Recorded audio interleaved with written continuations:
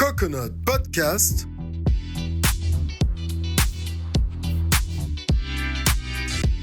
Pour son 5e anniversaire avec votre animateur Alain Jou. Présenté par Chant de Masse. Mesdames, Messieurs, bonjour, Koué. Écoutez, en cette nouvelle année 2025, eh bien, nous recevons une invitée de marque, messieurs, dames. Si vous ne la connaissez pas encore, c'est bien parce que vous n'ouvrez pas votre téléviseur puis vous vous intéressez peut-être pas à la chose publique. Pour Coconut Podcast, écoutez, c'est un honneur de recevoir une grande dame.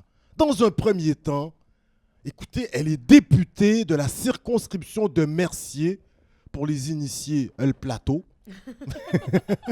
Par la suite, écoutez, on a la chance de l'avoir comme co-porte-parole de Québec solidaire avec le grand Gabriel Nadeau-Dubois. Il a pris quelques jours pour se retrouver en famille parce que, bon, vous savez, il a eu un nouveau-né dans la famille. Félicitations, M. Nadeau-Dubois. Mais aujourd'hui, écoutez, on va échanger avec celle qui monte au créneau à l'Assemblée nationale pour défendre l'ensemble des Québécoises et Québécois. Elle est responsable de dossiers tels que l'éducation, la condition féminine, l'immigration. Oui, mais elle est responsable de la région de la Mauricie et surtout du Lac-Saint-Jean, Saguenay, Lac-Saint-Jean, les Bleuets, vous êtes servis. Sans ne plus tarder, messieurs, dames, je suis un peu fébrile.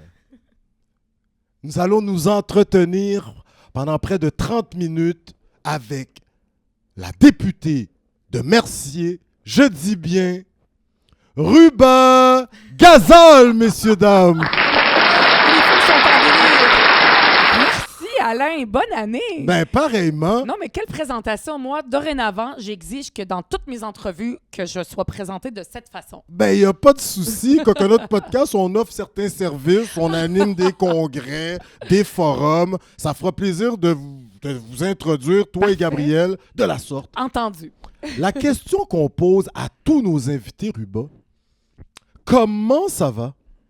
Ça va bien! OK, on savait pas, hein, à la Non, voix, Star j'ai Academy. vraiment pas de voix, puis je sais pas chanter, je sais pas pourquoi je viens de chanter, mais ça va bien. Il y a comme la chanson des années 90, tu le disais.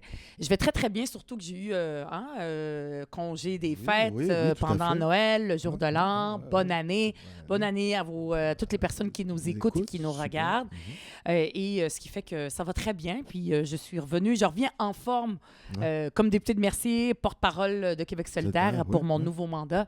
Et donc, ça va bien. Et toi, Alain, comment vas-tu? Ah, superbe! Ben, écoute, ça va magnifiquement bien. On se retrouve dans ton bureau de circonscription, une grande députée pour les néophytes, une représentante de parti, chef, pour ceux qui ne savent pas. Mais c'est pas, à Québec, selon on aura le temps d'en parler. Mais vraiment, c'est toi qui prends la parole des membres de ton caucus, puis qui va de l'avant, les scrums. En tout cas, Québec solidaire, là, vous en avez atteint plusieurs, puis surtout Coconut Podcast, quand on t'a vu aller, on s'est dit, il faut qu'on la passe en entrevue, puis là, c'est t'es un- avec nous. Ben, c'est un plaisir, puis vous êtes vraiment le bienvenu Ben ici, Coconut Podcast. Bonjour, Vous êtes hein. les bienvenus dans mon bureau de comté. Je suis très, très fière et très heureuse de faire cette entrevue. On va se tutoyer, c'est Ben correct, oui, sans Alain? souci. Excellent. Ruba Gazal, pour ceux qui ne te connaîtraient pas encore, Mhm. écoute, je trouve ça, c'est une belle formule. Toi, écoute, t'es né au Liban, c'est bien ça.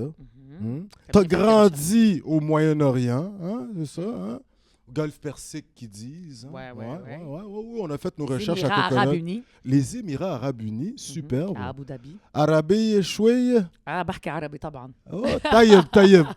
Mais là, les gens on va les perdre. Là. Ben là, Certains. certains. Ah, voilà. Et là, ce qui est intéressant, c'est que tu es hyper fier de tes origines parce que lorsque tu te présentes, tu n'oublies jamais de dire que tu as ces racines palestiniennes. On sait que les Palestiniens ont eu à quitter leur terre parce que, bon, il y avait certains problèmes en terre de Palestine et ils se sont réfugiés dans différents pays, en Jordanie, entre autres, au Liban. Certains ont peut-être été en Égypte. Mais toi, lorsque tu fais part de ton parcours, tu n'as pas peur de le dire, tu es fier. On aimerait t'entendre cette fierté d'avoir des origines palestiniennes, malgré que tu es né au Liban, mais tu n'oublies jamais de dire que tu es palestinienne. On trouvait ça intéressant. On Mais aimerait t'entendre là-dessus. c'est un peu compliqué, hein? Les parcours migratoires, tu connais ça. Oui, Ben, tout je à sais que fait. toi, tu es né ici, mais ta mes famille, parents, oui, tout à fait. exactement. Mhm. Et ben moi, tout d'abord, c'est vrai, je suis aussi députée de Québec solidaire depuis 2018, membre fondatrice de Québec solidaire depuis 2006. Oh, ouais. C'est à la création du parti, j'étais Mhm, présente avec Françoise David, Amir Kazir, Manon Massé, François Saillant. Et je m'étais déjà aussi présentée en 2007 et 2008 à deux élections. Dans Laurier Pour d'Orion. Laurier là. d'Orion, Ouais, oui, donc tout à fait. Villeray-Parc Extension. Et donc, je suis dans ce parti-là depuis très longtemps. Et c'est vrai que quand je me présente, je suis très fière de dire que je suis, en plus d'être québécoise, passionnément, totalement québécoise, même si je ne suis pas née ici, très fière de dire que je suis née au Liban, mais je suis d'origine palestinienne. Mais j'ai pas vécu au Liban. Je suis juste née là, mais j'ai vécu avec mes parents aux Émirats Arabes Unis jusqu'à l'âge de 10 ans. Je suis arrivée au Québec, j'avais 10 ans avec mes parents, mes sœurs, et je suis ici depuis de très nombreuses années au Québec, 37 ans, donc faites le calcul. Ouais, T'es hein? jeune, t'es Ah, jeune. ouais, c'est Toi, ça. là, De t'as moins la en moins. pommade là, De que tu moins passes en moins. qui te garde éternellement jeune. Oui, là. exactement. Ouais. Et donc, mais pourquoi est-ce que c'est vrai que c'est un peu compliqué, mais tu es née au Liban, donc tu es libanaise. Maison, ouais. C'est parce que moi, j'ai jamais eu la citoyenneté libanaise. Mes 4 grands-parents, du côté de mon père, du côté de ma mère, c'est des gens qui vivent depuis des générations et des générations en Palestine, qui est aujourd'hui Israël. Ils n'étaient pas dans les qui sont aujourd'hui les territoires occupés, ni à Gaza, c'était à Akka. À Akka. Ok. Des fois, on va dire Saint-Jean-d'Acre, c'est au bord de la Méditerranée. OK, d'accord. Au bord de la Méditerranée. Mhm. Et ils ont été forcés à l'exil en 1948. Ce qu'on appellera la Nakba. La Nakba, ça Ouais. veut dire la catastrophe en arabe. Mhm. Et il y a des gens, comme tu l'as dit, qui sont partis dans différents pays. Moi, des deux côtés, du côté de ma mère et de mon père, et mon père avait 2 ans à l'époque, donc mon père est né en Palestine. Et à l'âge de 2 ans, avec sa famille aussi, ils sont allés au Liban. Ils ont vécu au début dans un camp de réfugiés, puis après ça, ils ont vécu dans des appartements proches, pas nécessairement dans des camps de réfugiés. Il y en a qui sont devenus un peu plus riches, meilleure situation, d'autres, c'est un peu plus difficile. Et moi, donc, ma mère, quand elle s'est mariée avec mon père au Liban, mon père, comme jeune Palestinien, ne pouvait pas travailler au Liban parce qu'au Liban, on empêche les Palestiniens de travailler, à part quelques métiers. C'est très difficile pour un Palestinien d'avoir une bonne vie au Liban. OK. Et très peu ont eu la citoyenneté. Donc, il vivait déjà aux Émirats Arabes Unis où est-ce qu'il travaillait comme comptable. OK. Il est allé au Liban, il a rencontré ma mère, il s'est marié. C'est-à-dire qu'il est allé juste pour se marier. Oui, Il y avait des gens de la oui, famille oui. qui se connaissaient. Et là, moi, ma mère, elle s'est mariée là. Après ça, elle est allée vivre au Liban. Puis, quand elle est tombée enceinte, c'était important pour elle d'être proche de sa mère, OK. donc ma grand-mère. Elle est allée au Liban. C'est là que qu'elle a accouché. C'est là que je suis née. Ah, bon. C'est Là, un on hasard. comprend, oui, oui. Mais après ça, elle est revenue Aux aux Émirats Émirats. Arabes Unis. Puis c'est là que j'ai vécu toute mon enfance. Mes sœurs sont nées aux Émirats Arabes OK, Unis. quand même, hein? Mais j'ai encore beaucoup de familles. J'ai plus de famille vraiment qu'on connaît, même éloignées en Palestine. Ils ont tous été déracinés.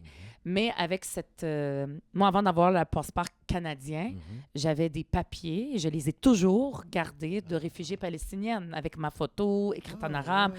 Quand on voyageait, on avait des papiers, des documents de réfugiés palestiniens pour voyager. C'était le passeport de l'ONU, le Norrois, qu'on a beaucoup parlé, UNWRA. Donc, c'est eux qui nous ont pris en charge, l'ONU. Donc, c'était ça avant de devenir... donc, je peux pas dire que je suis libanaise, je suis palestinienne. Superbe. C'est compliqué, hein, les Non, mais parcours pas migratoires. vraiment. Tu l'as Puis pour moi, tellement bien c'est important expliqué. d'en Là. parler puis Ouais. de le dire que je suis d'origine palestinienne parce que, premièrement, je m'appelle Ruba Ghazal. Donc, personne ne va croire que je viens du lac Saint-Jean, même si j'ai beaucoup le lac Saint-Jean. Et c'est normal. Puis aussi, ça témoigne du Québec moderne. C'est une banalité aujourd'hui d'être né. Ça devrait être une banalité d'être né ailleurs, de vivre ici. C'est ça le Québec moderne. C'est ça la normalité même. Il peut y avoir des gens qui sont ici depuis 400 ans puis des gens qui choisissent le Québec. Oui, Ouais. tout à fait. C'est intéressant. Écoute, les 3 accords, ils ont cette chanson. Grand championne internationale de course. Vraiment, ton parcours, c'est un parcours de grande championne. Mais je veux juste Oui, préciser quelque vas-y. chose. Oui. Souvent, les gens disent ça, puis c'est comme extraordinaire. Ouais. Mais moi, mon parcours, il est beaucoup plus commun que beaucoup de gens, sauf peut-être en politique, où est-ce oui, que tout à fait. il y en a moins, mais on en Intéressant. voit de plus en plus.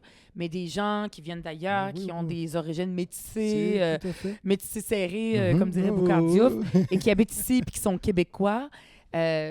C'est beaucoup de gens, puis il va en avoir juste de plus en plus. C'est ça C'est la vrai. vérité. Dire autre chose, puis dire aux gens qu'on va en avoir moins, c'est mentir à la population. Intéressant, mais on sent qu'il y a cette force de caractère chez les Ghazal.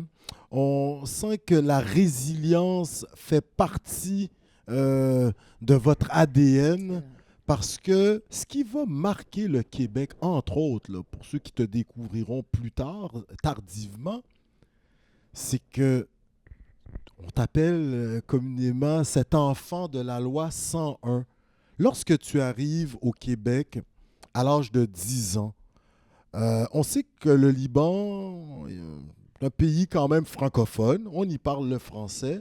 Avais-tu déjà appris la langue de Molière au pays du Cèdre ou c'est vraiment en arrivant dans la belle province, en mangeant ta première poutine, puis tu l'aimes-tu ta poutine? Puis là, tu as répondu, puis là, je sais pas, il y a quelque chose qui s'est passé, puis depuis ce moment-là, tu es devenu plus qu'une francophile. On t'écoute, Ruba. Oui, ben les Palestiniens sont plutôt anglophones. Mhm. Donc, moi, mes parents, Ok. ils étaient plus...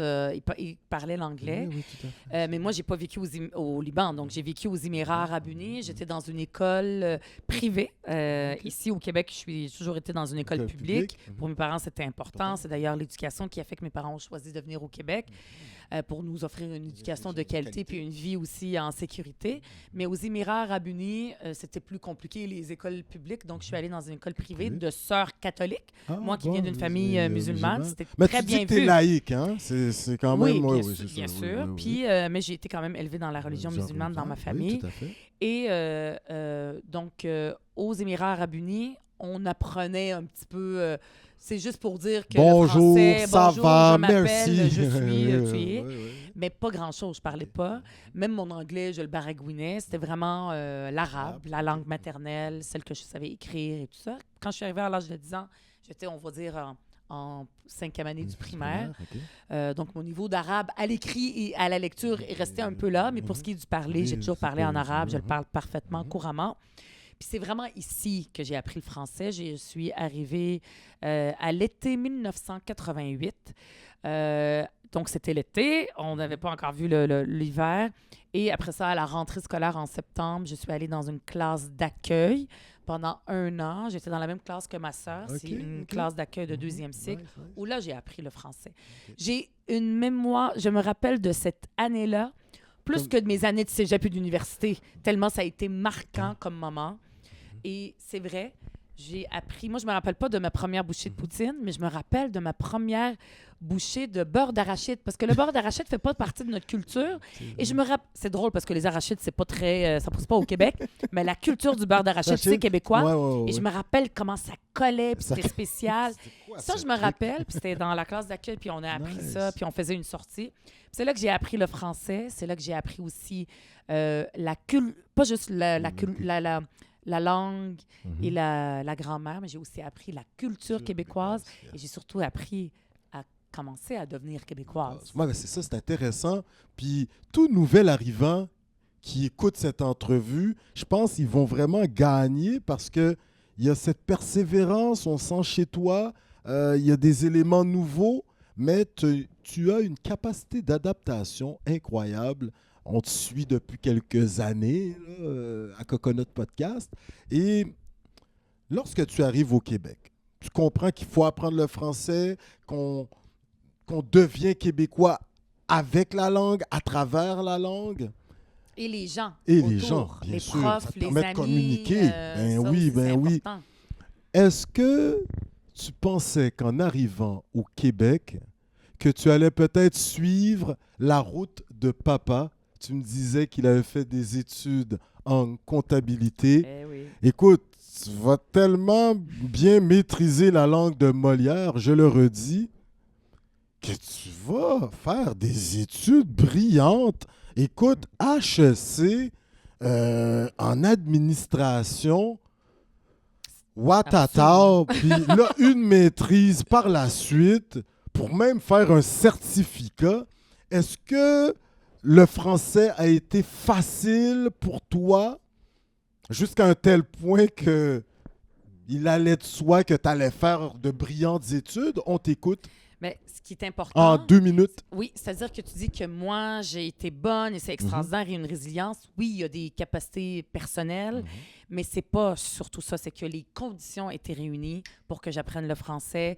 Il y avait la classe d'accueil, il y avait l'école publique qui était à côté, Super. il y avait les études, il y avait aussi les belles conditions d'accueil au Québec qui permettent à des gens comme moi, et comme je dis, mon histoire n'est pas aussi exceptionnelle, elle est plus banale qu'on le croit, qui a fait que je suis allée faire des études, mes sœurs aussi, mon frère, et on s'est intégré au Québec. Donc, les conditions étaient bien réunies pour une bonne intégration. Il n'y a pas juste sur les capacités individuelles, parce que je suis plus brillante qu'une autre. OK.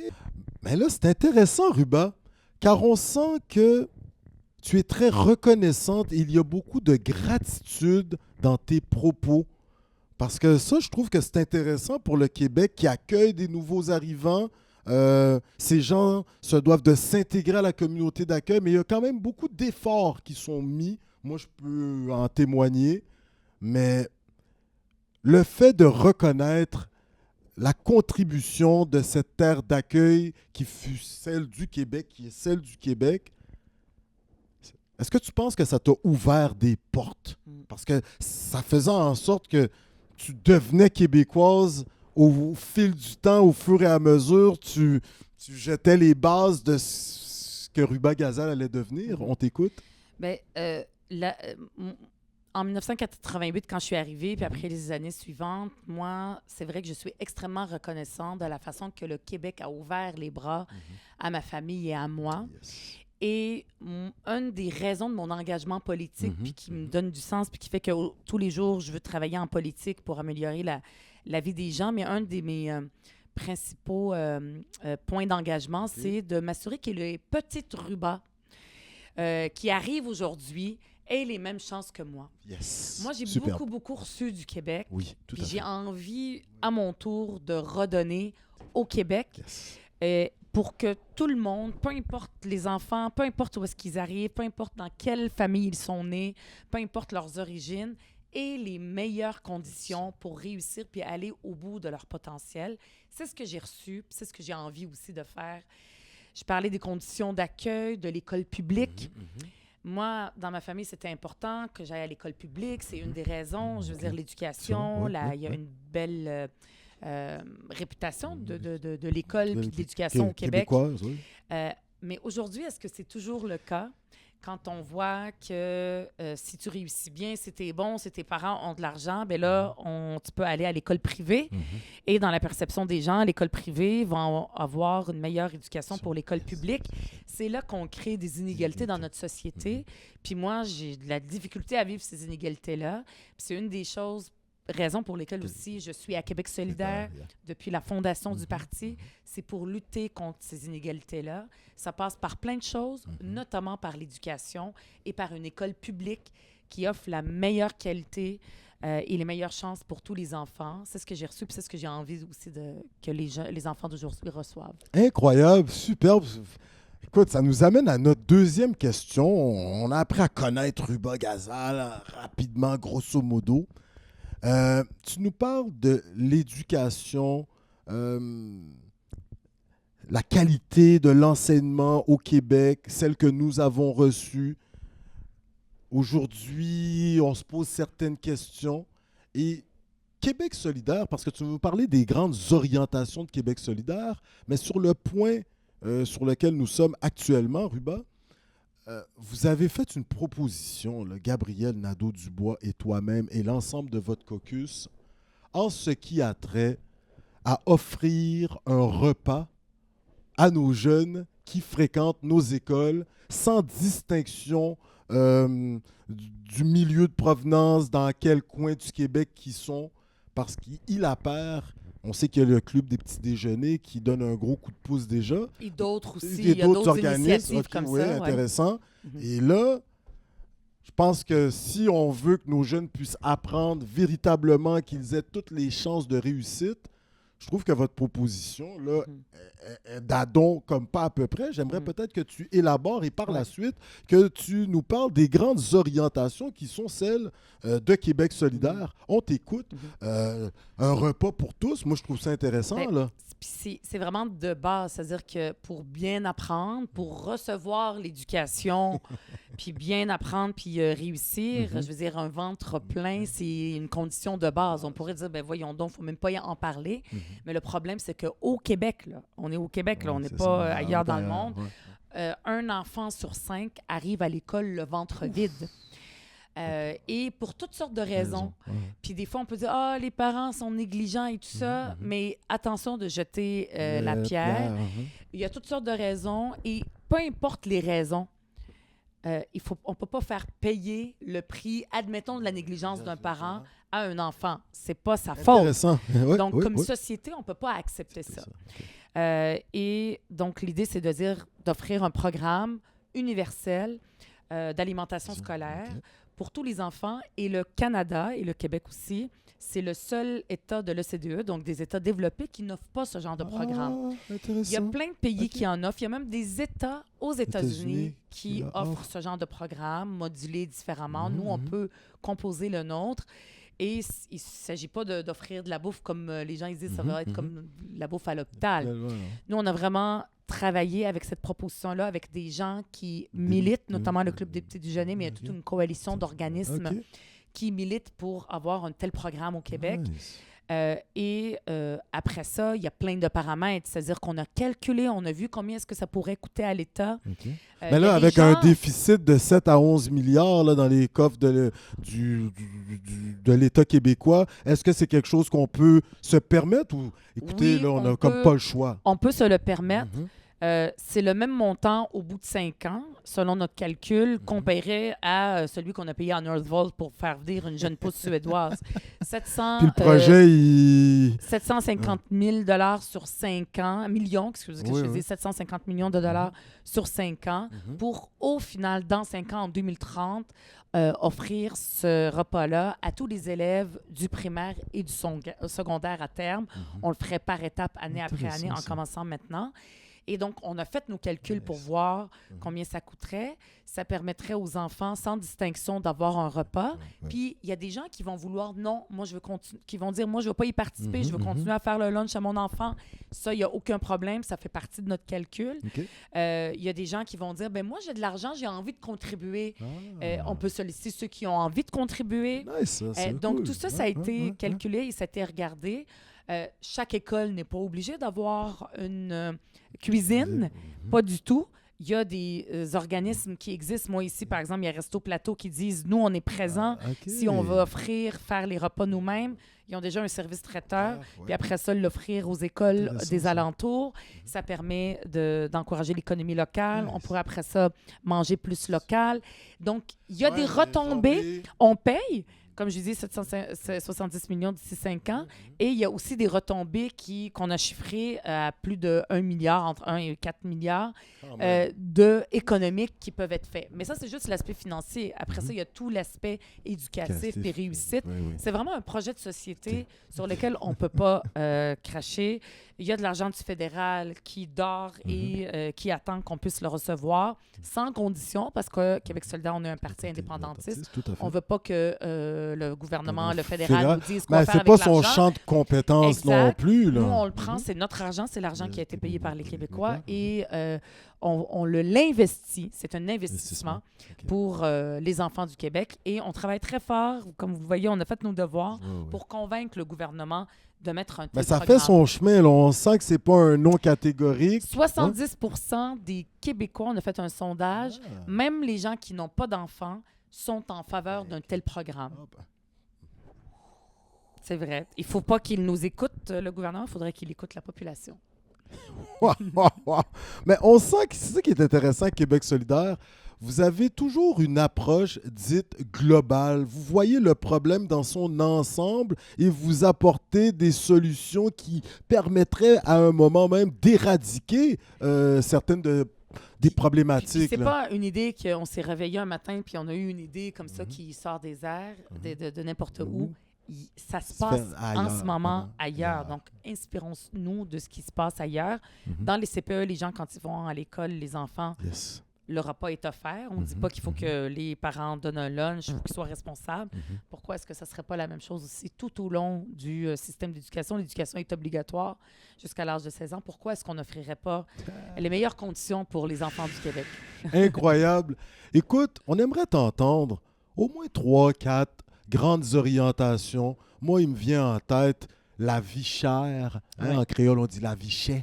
Oui, la vie chère. On va dire ça, je vais sortir ça, puis je vais le dire. La vie chère. Devant François Legault, la vie chère, comme si... je sais pas si j'ai l'accent. Super, écoute. Polyglotte, toi.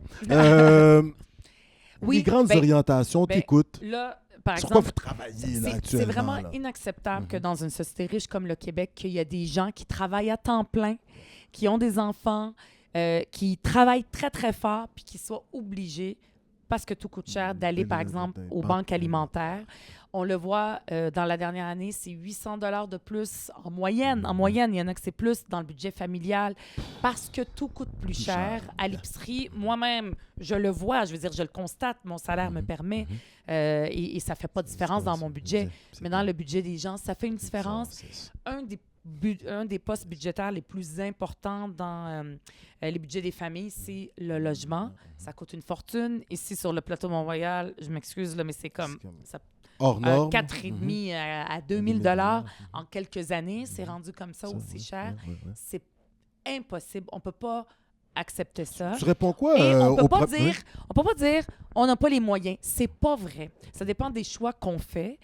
Parce que quand on n'investit pas, par exemple, dans le programme que je viens de dire, le PASUC, le programme d'alimentation scolaire, quand on n'investit pas en ayant dans des mesures structurantes, par exemple du logement abordable, du logement social hors marché, qu'on protège de façon à long terme, quand on n'investit pas maintenant parce qu'on a un déficit puis qu'on coupe dans des services publics, bien, ce qu'on fait, c'est qu'on va finir par payer. Quand on regarde le plus problème tard d'itinérance, et plus cher, l'itinérance, elle est aussi importante. C'est pas juste des gens qui sont en marge de la société. Non.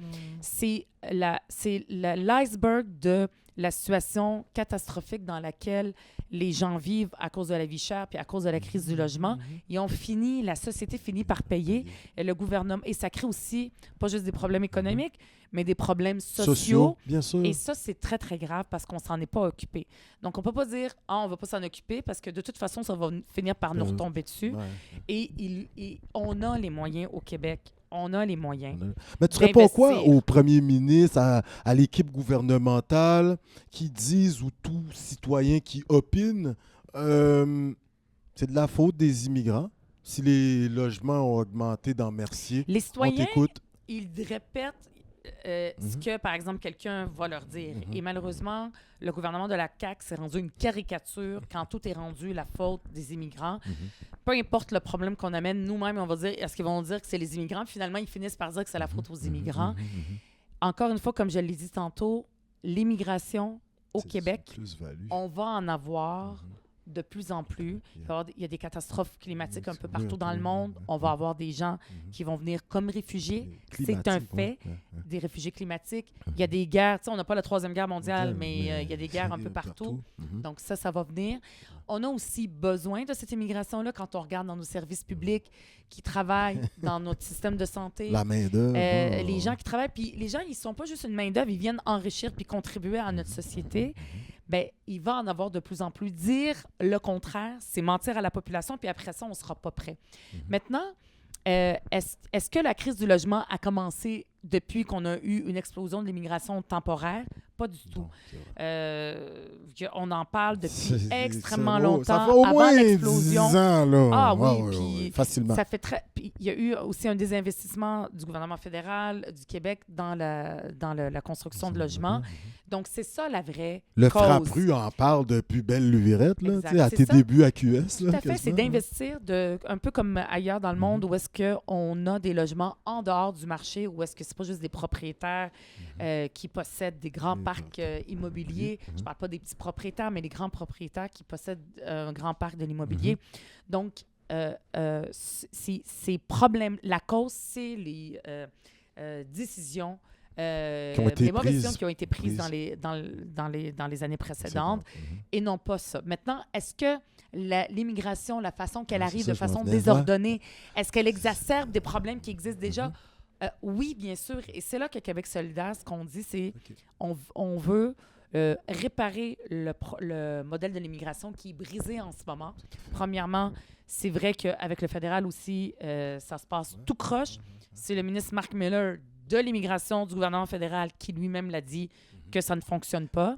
Et ce qu'on dit à Québec solidaire, c'est gardons la tête froide, ayons une immigration, misons sur l'immigration permanente et non pas une immigration temporaire qui explose et notamment par la faute du gouvernement de la CAQ, qui a ouvert les portes à toutes les entreprises, même le McDonald's du coin, à aller chercher des gens pour venir travailler dans des conditions, des fois, où ils ne connaissent pas leurs droits et qui vivent avec cette épée de Damoclès, où est-ce qu'ils dépendent entièrement de leur employeur. Donc, arrêtons ce système-là. Il est brisé, il ne fonctionne pas. Misons sur l'immigration permanente Quota de ou gens... pas de quota? Comment quota? Des quotas. Est-ce qu'on se dit, bon, il faut rabaisser le nombre d'immigrants qu'on reçoit au Québec? Les migrants, c'est que le gouvernement, ce qu'il dit, c'est faut baisser l'immigration. L'immigration, là, il baisse l'immigration temporaire. Par exemple, on est rendu à 50 000, mais tu as une explosion incroyable de l'immigration temporaire. Puis là, il y en a plein pour toutes sortes de raisons et de façon désordonnée. Donc, nous, ce qu'on dit, c'est réparons ça. Le chiffre qu'on va donner de qu'est-ce qu'on veut comme immigration permanente ou de façon générale, je veux dire, moi, je peux le sortir comme ça en me levant le matin puis dire, tiens, c'est 50 000. Non, c'est 100 000. C'est pas... faut arrêter de jouer à l'apprenti sorcier. Ce qu'on propose, c'est d'avoir, puis c'est Guillaume Clichy-Rivard qui est notre l'invité à votre émission. Oui, tout à fait. Nouvellement. Oui, et lui, c'est un expert en immigration. C'est vraiment le seul à l'Assemblée nationale qui connaît bien le système d'immigration parce que ça a été un avocat en immigration, puis c'est un avocat en immigration. Et ce qu'il dit, c'est ayons un comité d'experts qui calcule cette capacité d'accueil et combien, dans quelle région, sortons les mains des élus et des députés de ça, puis des ministres, puis ayons ce comité d'experts qui nous le disent, c'est quoi le chiffre, puis prenons des décisions basées sur ça. C'est intéressant de voir comment Québec solidaire se positionne en ce qui a trait à l'immigration. Bon, on sent qu'il y a une solidarité avec les peuples de l'international, toute personne qui voudrait s'installer au Québec. Mais je trouve ça intéressant, vous parlez d'ordonner les choses, de s'assurer qu'on sache où on va avec ça. Monsieur Clich qui parle de former un comité d'experts pour nous dire quelles seraient les cibles qu'on se doit de se fixer au Québec pour répondre à nos différents besoins en matière de main-d'œuvre, entre autres. C'est ça, mais pas juste comme main-d'œuvre, c'est-à-dire c'est des gens qui viennent travailler, qui viennent combler. Je suis d'accord avec toi. C'est parce que le Québec, là, si on n'accueille pas, on continue pas à accueillir de façon bienveillante et ordonnée des gens qui viennent d'immigration, ben c'est le déclin tranquille du Québec. Je veux dire, c'est avec le vieillissement de la population, oui, bien sûr, pour les emplois et tout ça, mais aussi pour enrichir notre société à tous les points de vue, culturellement, une société riche. C'est pas juste une société où est-ce que les gens ont un emploi, mais qu'il y ait des liens, qu'il y ait des valeurs communes, une façon de vivre. Une société riche, c'est beaucoup plus que seulement des gens qui occupent un emploi. Mais ça en fait partie. Puis ça, c'est quand même important.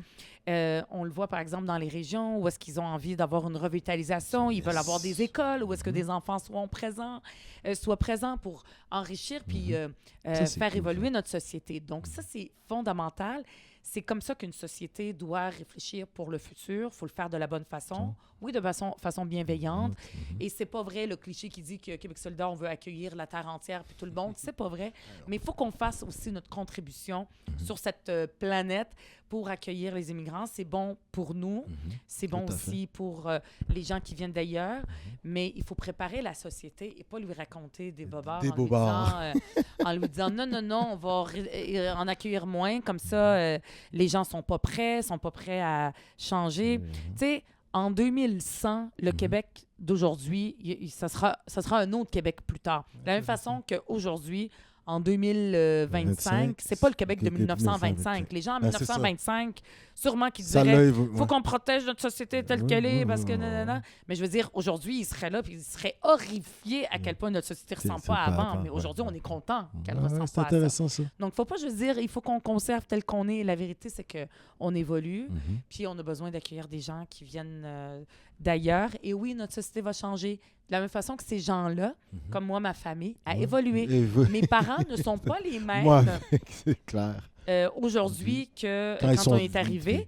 Et probablement que s'ils étaient restés dans leur pays, ben ils seraient pas... de eux-mêmes. Les gens évoluent et c'est tout à fait normal. Les immigrants évoluent en immigrant. Et aussi, la société d'accueil évolue en accueillant les gens. Et c'est tout à fait sain et riche. Ça, je trouve ça intéressant. Tu parles de sain.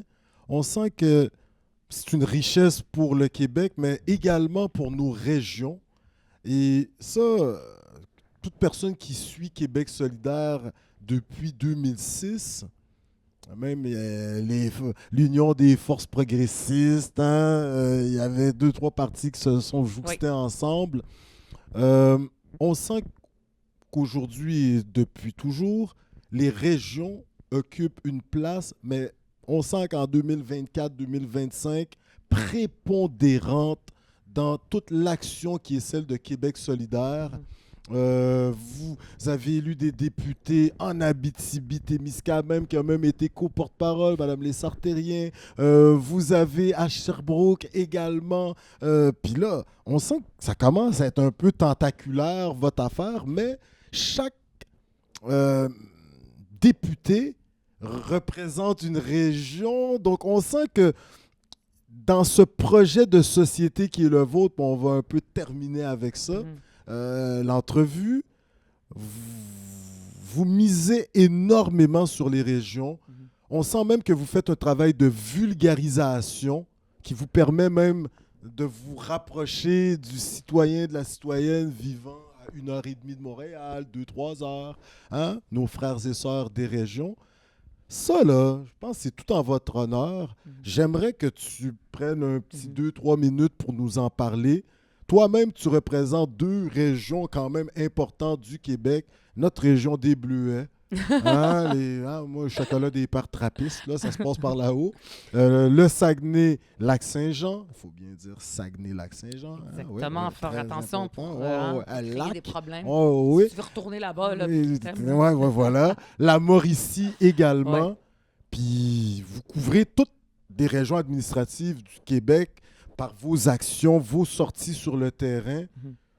Le travail continue. J'aimerais que tu me dises quelle place occupent les régions dans votre action à venir et depuis les quelques dernières semaines, mois, on t'écoute. Ben, moi, le nombre de fois que j'ai fait des tournées, je les compte plus et je ne suis pas la seule. D'autres députés aussi le font, oui, au Saguenay-Lac-Saint-Jean, à Mauricie, mais aussi dans d'autres régions dans mon travail de député. Et une des choses, des prémices de base, une des choses que je déteste le plus, c'est quand les gens veulent opposer Montréal au reste du Québec. Ça, j'haïs ça pour mourir. Montréal aussi est une région. Évidemment, c'est la métropole. Ouais, c'est vrai. La capitale nationale, Québec, c'est pas la même chose. Moi, je suis une fille de banlieue. Ma famille habite toujours à Laval. 450. Le 450. Ça, c'est... Est-ce que c'est une région? C'est une banlieue? C'est une autre réalité? C'est une région administrative. Et donc, tout le Québec, il est très diversifié. Il est riche de ses régions, de ses banlieues. Il y a des milieux ruraux, il y a des milieux urbains en région. Tout ça est très différent. Il n'y a pas de région versus Montréal. Il y a des gens qui essaient de jouer à séparer tout le monde. Il y a des particularités qui existent partout. Et à Québec solidaire, pour nous, on a des gens qui militent au parti, qui sont membres depuis la fondation de notre parti. Partout où je vais, sur tout le territoire du Québec, il y a des gens qui sont de Québec solidaire et qui habitent dans ces régions-là ou dans les banlieues, en milieu rural ou en milieu urbain. Et ça continue, puis ça n'a jamais changé. C'est vrai qu'à un moment donné, les clichés ont la vie dure. On est perçu comme le parti des Montréalais, le parti montréalo-centriste, etc. Il y a eu une percée sérieuse et certaine. Là, je veux dire, vous avez quoi? Minimalement 2 députés, on a des députés à Québec, Sherbrooke. Puis même à Rimouski, aux dernières élections, on sentait là, que... On a du travail à faire pour en avoir plus, parce que c'est vraiment à Montréal. Puis ça, souvent dans les centres urbains, on est un parti de gauche, on est un parti progressiste. Partout à travers le monde, les partis de gauche, souvent... Un des seuls au Québec, là. Oui, on est le seul parti de gauche au Québec qui, en tout cas, représenté à l'Assemblée nationale aussi. Et souvent, la gauche va mieux cartonner dans les centres urbains, là où il y a des universités, etc. C'est vrai que ça existe, mais il y a aussi un petit peu un cliché sur le fait qu'on est montréalo-centriste. Si vous nous écoutez, si vous regardez les propositions qu'on met de l'avant, et ce n'est pas du tout le cas. Et c'est une des raisons, par exemple, pour défaire un petit peu ce mythe-là ou ce cliché-là, qu'on a décidé d'avoir un caucus régional. Donc, chacun des 12 députés de Québec solidaire, nous avons des responsabilités de région, des régions. Moi, je vais chaque année à Mauricie ou Saguenay-Lac-Saint-Jean 2 fois par année. Je me déplace. T'es-tu bien reçu? Ah, ben là, franchement, oui, très, très bien. Et je parle des enjeux qui sont là. Je suis à l'écoute. Au Lac-Saint-Jean, c'est vraiment tous les enjeux de la foresterie. Je suis allée rencontrer une forestière. Donc, je vais vraiment voir les problèmes réels. On a fait une tournée des régions après la dernière campagne électorale. Travail sérieux qu'aucun parti politique a fait. Et on a sorti avec une déclaration qu'on appelait la déclaration de Saguenay qui va nous aider aussi dans une proposition en 2026 pour arriver avec des propositions qui répondent aux besoins des gens tout en étant en accord avec notre vision politique progressiste, d'égalité des chances, de justice sociale et de protection de l'environnement. Incroyable. Je pense que les gens des régions qui nous écoutent, ils doivent vraiment être satisfaits. De toute façon, ils voient le travail qui est fait. Entre autres, je pense à M. Zanetti à Québec. Jean Le Sage. Oui. Ouais, pas pire. Hein? Moi, j'allais dire Limoilou, mais... Ben, c'est Limoilou aussi. Ouais, c'est ça. Limoilou, la République de Limoilou. La République de Limoilou. Il y a Webster pas trop loin. Oui, oui voilà. Okay, exactement. Cool. Ruba Gazal, la proposition phare de Québec solidaire en ce qui concerne Coconut Podcast, Alain Joe, c'est que vous avez un projet de société qui culmine vers l'indépendance, à l'indépendance du Québec. Écoute, il y a 3 questions dans une.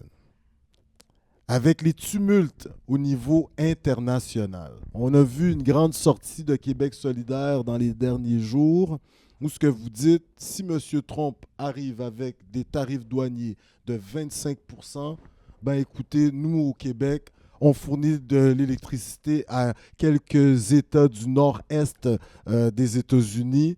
On devrait nous aussi répliquer avec des tarifs en ce sens.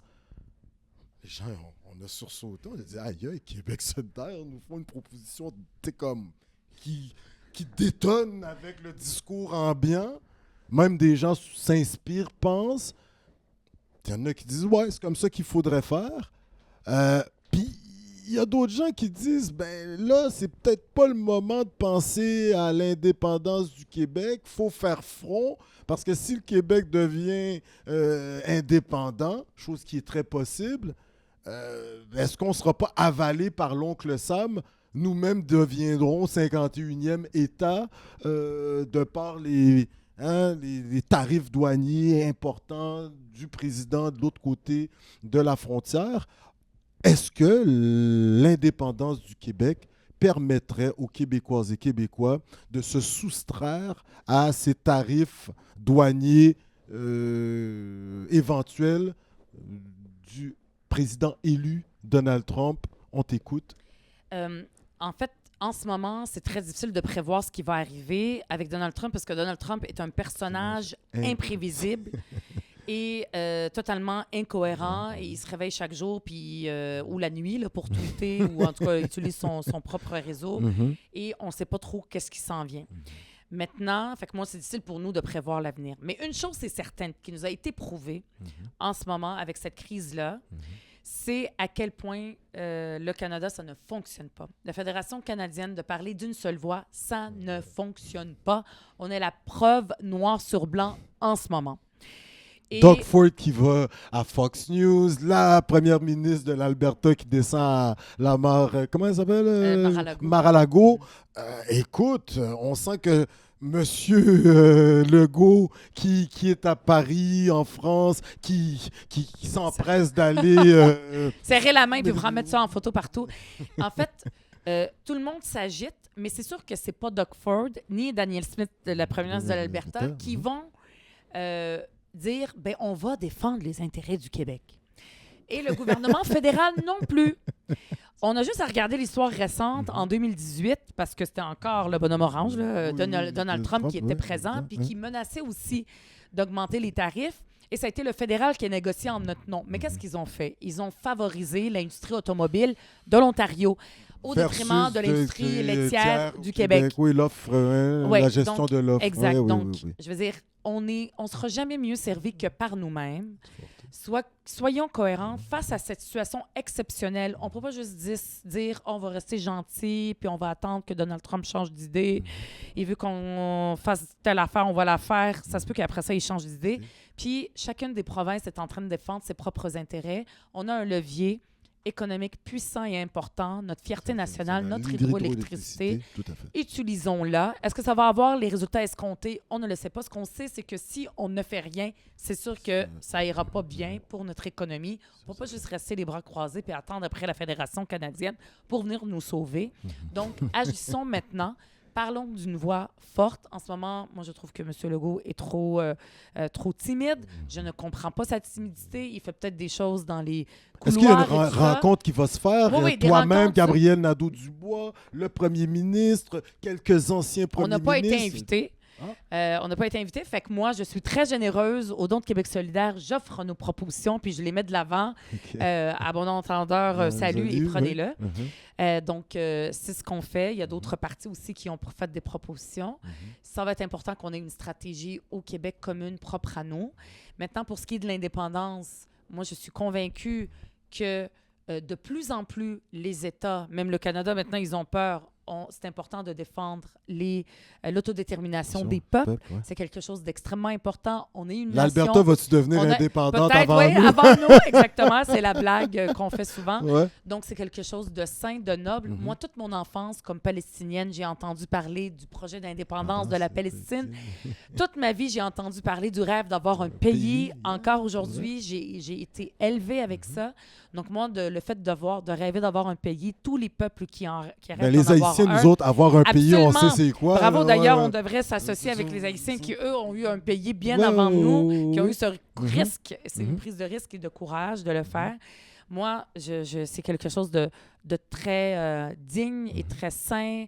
Et après ça, il y a des gens qui peuvent ne pas être d'accord et ils ont les débats à l'intérieur avec nous-mêmes et à l'interne, c'est pas à d'autres de nous le dire. Tu réponds quoi à Jean Chrétien, notre premier ministre, le grand Jean Chrétien, 3 mandats majoritaires, qui dit les Canadiens, il a fait une grande sortie à Radio-Canada, que les Canadiens, en ce moment de crise, se devraient d'être unis. Est-ce que tu sens que cette unité, de toute façon, elle est déjà mise à sac parce que chacun va défendre son petit bout d'intérêt, bout de terrain? Elle ne l'est pas, mais tu sais, après ça, on ne va pas mettre une grande clôture où personne ne rentre et personne ne sort du Québec. Comme comme l'Union européenne ou d'autres parties dans le monde, il y a des pays, on a nos intérêts qu'on défend par nous-mêmes, mais on ne reste pas enfermés sur nous-mêmes. Après ça, il y a des intérêts économiques des gens avec qui on fait des affaires. Après ça, il y a aussi, quand on dit faire des affaires, il faut s'assurer aussi que quand on fait des échanges économiques, que la population puisse en tirer profit. En ce moment, cette idée de dire que parce qu'on fait des échanges économiques, comme l'ALENA ou ça ne s'appelle plus maintenant, mais toutes tous ces accords internationaux, des fois et souvent, ça ne bénéficie pas aux populations. Donc, il faut aussi qu'il y ait des accords, mais en ne pensant pas que par magie, ça va bénéficier à la population. Il faut aussi s'assurer que ça bénéficie aux populations et aussi quelque chose de très, très, très important, de s'assurer de devenir, puis ça, la pandémie, on n'a pas assez appris, autonome au niveau économique. On ne peut pas, comme ça, à ce point-là, dépendre des États-Unis ou dépendre des intérêts de l'étranger. Il faut qu'on développe nos capacités agroalimentaires, pharmaceutiques, etc., pour avoir plus d'autonomie aussi. C'est intéressant, ça. Et après ça, quand on a des échanges à l'international, de s'assurer que la population, elle en tire profit. Parce qu'avec les accords qu'on a faits et le libre-échange, souvent, les marchandises bougeaient, mais les gens, ils perdaient leurs emplois, etc. Fait que c'est pas toujours une réussite économique pour les individus. Entre les autres, agriculteurs, etc. Écoute, on termine l'entrevue très rapidement. Ruba Ghazal, tu es député dans Mercier. Les citoyens de Mercier, c'est des gens hyper impliqués au niveau social. De quoi es-tu fier parmi toutes les réalisations que tu as accomplies dans la circonscription? De quoi es-tu le plus fier? On t'écoute. Ça va quasiment clore l'entrevue. Pour ceux qui n'ont pas eu la chance de te suivre vraiment, de quoi tu es vraiment fier qui a été accompli par ton équipe, par Québec solidaire, dans Mercier? Oui. Ah ouais, donc? Il y a un esprit de solidarité très, très important. C'est une des circonscriptions à Montréal où est-ce qu'il y a le plus d'organismes communautaires qui sont là depuis très, très, très longtemps. Cet esprit de communauté, avec aussi les gens qui viennent d'ailleurs. Souvent sur le plateau, il y a de l'immigration française, mais il y en a d'autres aussi.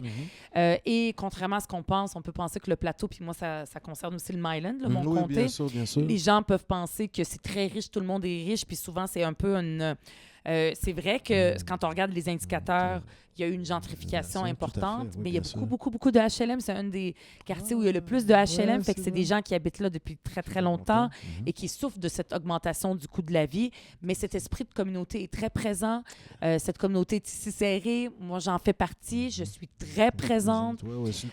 Et moi, j'interpelle n'importe quel ministre, que ce soit pour un enjeu d'un CPE, d'une école, pour s'assurer que, par exemple, qu'ils puissent rester ici, puis que ça se passe bien. Beaucoup de sorties, il y en a beaucoup. Une des choses, si je veux être très, très, très concrète, il y a le CPE Alexis Le Trotteur qui est dans le Myland, qui a failli être fermé, perdre son bâtiment parce qu'il est dans un... En tout cas, sans aller dans les détails, finalement, avec le travail, même pas médiatique, juste dans le travail, dans les brancards, en étant très, très, très au fait de qu'est-ce qui se passe, en parlant avec le gouvernement, avec des gens des cabinets de ministres, on a réussi à garder notre CPE Alexis Le Trotteur toujours présent. Et ça, c'est des réussites qui ne font pas flasher, qui ne font pas la une des journaux, mais dont je suis très, très fière, puis qui contribuent aussi au bien-être de la population dans mon comté. Magnifique. Tes parents, quand ils ont vu, tu es devenue une leader politique, tu sais, de la trempe, là, je veux dire, tu es dans les chaussures de Françoise David, Manon Massé, Émilie Zlessard-Terrien, Amir Kadir. Amir, il t'a même recruté en 2018, quasiment, il dit « Ruba, je veux que tu te présentes. » Il t'a présenté, tu sais, comme au grand public. On aimerait t'entendre. Ouais. Mes parents ont toujours détesté la politique parce que pour eux, c'est le conflit, pour eux, c'est la guerre, pour eux, c'est l'insécurité. Et je peux pas dire qu'ils m'ont toujours encouragée depuis 2006 où est-ce que je m'implique. Mais aujourd'hui, c'est sûr qu'ils sont très, très fiers de leur grande fille. Manon Massé, Françoise David, est-ce que des fois tu les appelles pour avoir des petits conseils? Manon, c'est elle toujours travaille, aussi... elle est encore députée. Ouais. Françoise David, c'est très drôle. Elle connaît très bien ma mère. Il y a ma mère qui est ma mère biologique et tout ça, puis c'est ma mère que j'aime. Mais il y a aussi Françoise qui est ma mère politique, qui est ma mère très, très proche. Donc, les deux se connaissent, s'aiment, puis ma mère n'est pas jalouse. Au début, elle l'était, mais elle ne l'est plus maintenant de Françoise. Bon. Donc, ça se passe bien dans la famille. Incroyable. Écoute, Ruba Gazal, toute une entrevue. Écoute, Coconut Podcast, on a eu la chance de faire le tour du Québec et d'aller à la rencontre de nos frères et sœurs des Premières Nations. Oui. Écoute, toi, t'es porte-parole, entre autres, de la région que moi j'ai appelée à un certain moment Mauricie-Bois-Franc, pas loin, hein, c'est à côté. On retrouve nos frères et sœurs à Benaki. Puis eux, ils nous disent « Oh, Léone » pour dire merci. Ouais. C'est beau, merci. Puis là, toi, t'es sûr que t'es monté en Abitibi, en langue algonquine. Ah ben là, ça c'est trop méchant. Je vais te le dire en arabe, OK? Puis j'ai du travail à faire pour les langues. Ouais. Shukran. Shukran. Afwan. Ben là, quand même, hein, Alain Joe. C'est mieux que moi. J'ai du travail à faire. En langue algonquine, miigwech. Miigwech, c'est ben vrai. Oui. C'est vrai. Puis là, je le savais, mais j'ai... Nous autres, on est monté à Sept-Îles. C'est à Côte-Nord. Allez, dis-nous. En langue inou. Chinash Kumitin. Kinash Chinash Kumitin. Coupé. Superbe. Puis là, on est dans la région de Montréal. Ouais. Écoute, en langue mohawk, ils nous disent Niawan. Niawa. Ben bravo! Hein? Pas que pire, de culture! Hein? Ben, écoute. Travail à faire de ce niveau. Va voir, regarde, hop, voilà. Hein, HEC, messieurs, dames. Ruba, vraiment. Wallahi. Shukran. Merci beaucoup, vraiment. Baisse-le-moi. Messieurs, dames, oui, nous étions avec la co-porte-parole de Québec solidaire, Ruba Gazal. Écoutez, elle fait un travail incroyable dans sa circonscription Mercier. Elle a été élue en 2018 avec 10 000 voix d'avance, 2 600 quelque chose. Son deuxième mandat, une autre majorité incroyable, 10 000 et quelques voix de plus que la deuxième candidate derrière elle. Messieurs, dames, moi je vous invite à aller sur québecsolidaire.net, d'aller regarder les propositions faites par Ruba Gazal, Gabriel Nadeau-Dubois et toute leur équipe. Je pense même à M. Marissal, entre autres, pour ne nommer que celui-ci. On est 12 députés extraordinaires. Incroyable. Franchement, je sais plus quoi dire. Puis en plus, on est dans un bureau de la députée. Messieurs, dames, Coconut Podcast, on commence l'année 2025 en force. Sur ce, comme à l'accoutumée, on se revoit pour une prochaine entrevue sur les ondes de Coconut Podcast. Sur ce, merci, Nyawan, Shokran. Bislam, تصبح على خير. Bye bye. Olé, olé, olé, olé.